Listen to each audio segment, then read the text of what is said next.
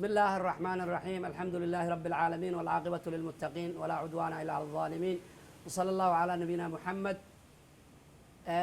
إن شاء الله بش بركيسن أيام كجرنا مركب وحاء ضدك مسلمين الله شيء إن عبادة بتصدان إن عبادة بتصدان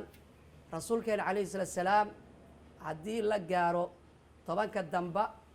وددال جري سي وصل وددال جري انتي كلا marka habeenkii oo dhan ayuu soo jeedi jiray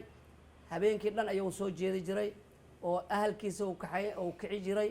habeenkii oo dhan uu yaani cibaada ayuu yaani muxuu ahaa uu taagnaa jiray marka daraadeed anaga waxaan la rabaa dadka muslimiinta hadaanu nahay marka waxa laga rabaa in cibaadadii aan badsano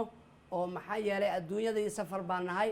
marka safarkaas marka cibaadadii inaan aad u badano oo bishii ramadaan mudaacaf ay tahay مركب وبالله التوفيق والسلام عليكم ورحمة الله وبركاته.